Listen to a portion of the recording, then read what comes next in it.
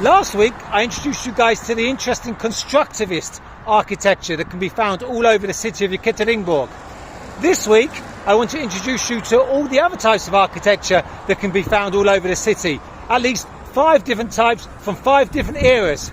It could easily be 5 different videos, but I'm going to try and squeeze it all into one. So without any further ado, let's get going. A classic here to start with, well-known building within the city.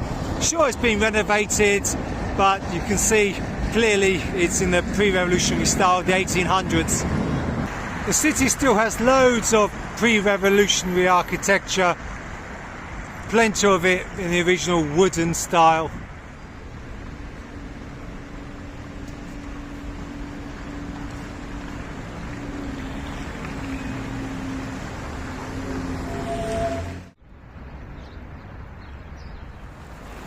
Pre-revolutionary architecture isn't just old wooden buildings.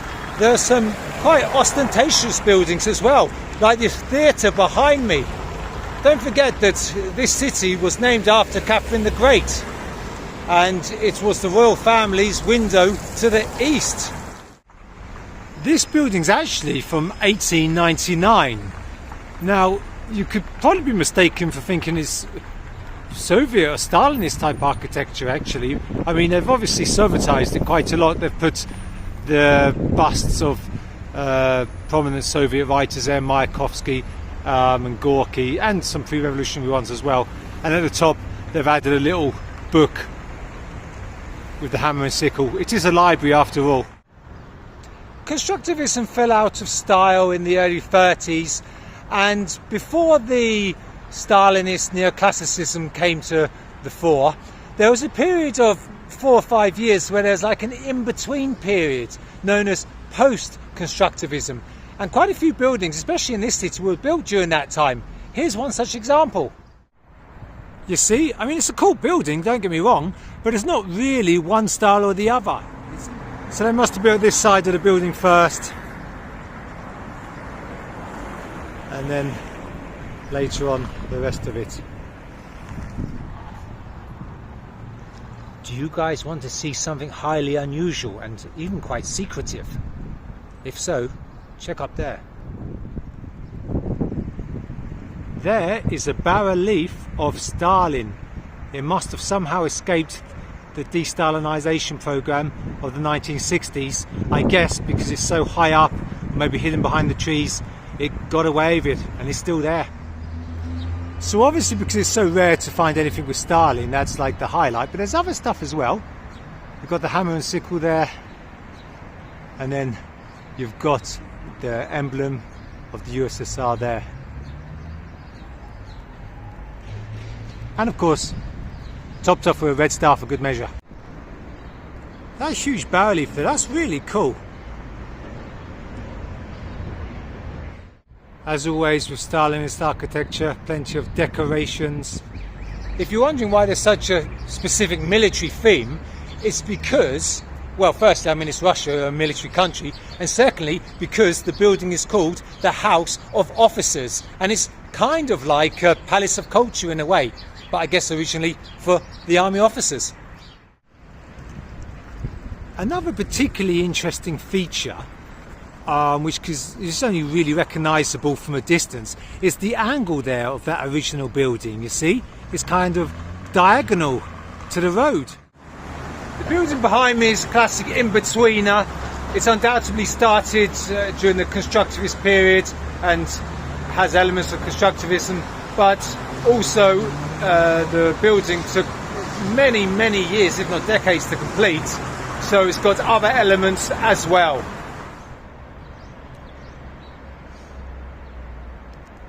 I went inside once, I don't remember it being particularly interesting, but we can try again. Okay, I was completely wrong, it is cool in here. Look at this. He's even got his own Lenin statue.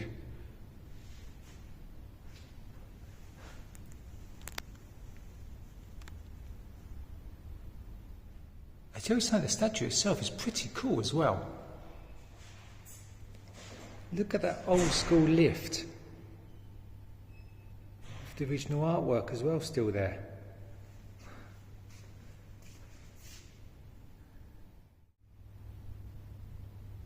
The old school doors as well. Okay, I admit I was seriously wrong about the inside of that building. I think last time I went in another entrance and it wasn't very interesting, but my goodness, what a bonus that was. Thank goodness I went in, right? Well, I'm still buzzing from that because it's exactly why I like going around and making these videos. Or even before I started making videos, I was doing it just, for myself, just looking around and enjoying it. Because you never know what treats are going to lie in store for you. So this is the other side of it. Pretty symmetrical, of course. But these days, instead of industry, they've got things like supermarkets and Burger King. Burger King, eh? Wow. Stalin and Lenin will be turning in their graves. This was a mansion that was rebuilt in 1926. So again, an example of some different architectural styles. I love the old school feel inside this building. I mean, it really does feel like it's hardly changed since when it was built.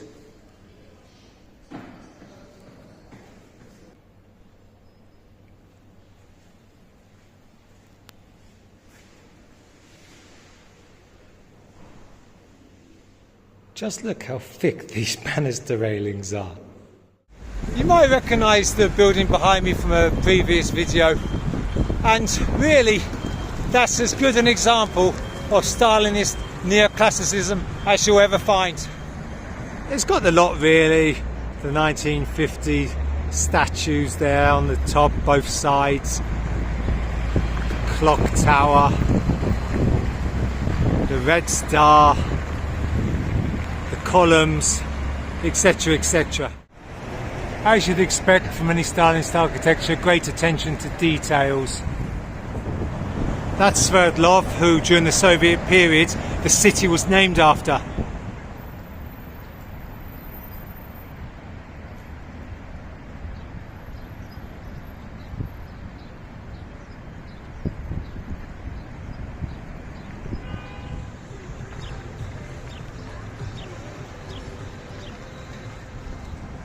So you've got a communist there leading the way to the bright socialist future.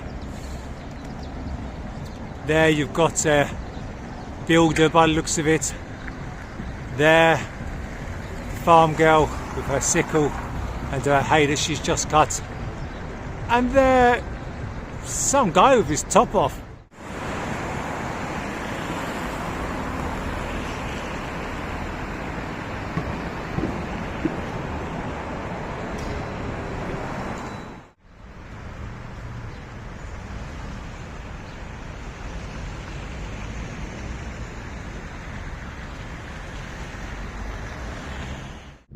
There are actually quite a few cities around Russia without any Stalinist architecture, because quite a few cities were built from scratch in the 1960s, 70s and 80s. However, no city in Russia wouldn't have any Soviet modernism.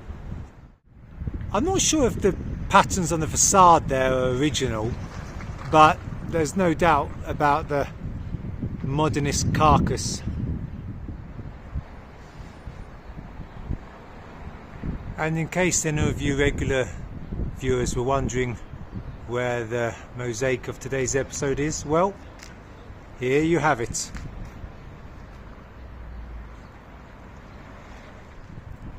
And to the owners of the building, since we have some kind of newspaper, well done for keeping the old school windows. Doesn't happen so much these days. Very much appreciated. Now, I'm not saying for one second that Soviet modernism is in any way beautiful, but it is kind of interesting in its own way. Some classic Soviet modernism housing there.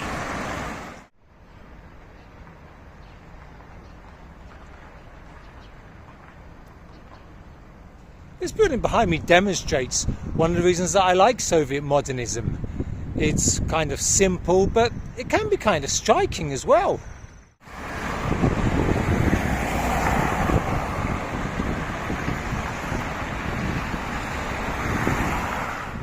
Probably the best place to see Soviet modernism in Yekaterinburg is in the north part of the city, and that's where I was strolling around a few weeks ago.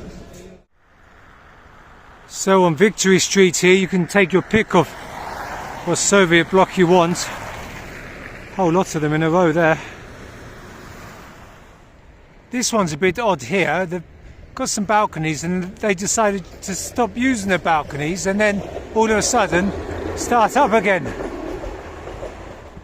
And this is exactly the same building, the next one along. You see they've got all the balconies there, and look, light from both sides. Look how light those balconies are.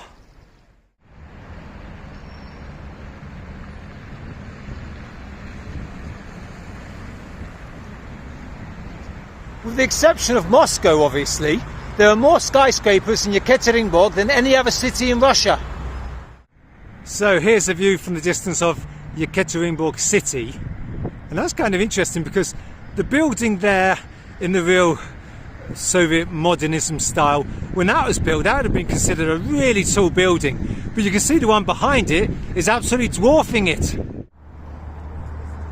I guess this open space here by the water is as good a place as any in the whole city for you to get an appreciation of all the different types of architectural styles.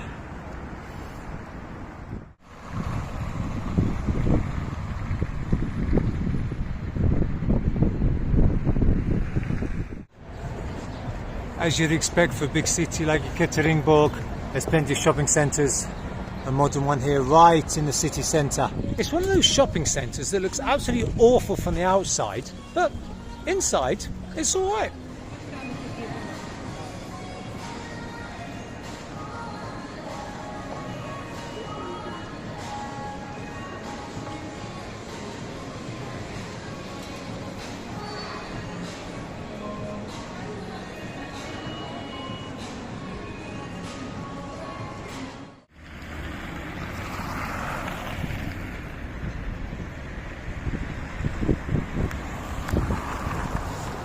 Okay then guys, I guess your head's probably spinning after all that, isn't it? So I'll let you go, have a rest, go have a lie down, and catch you next week. Bye for now.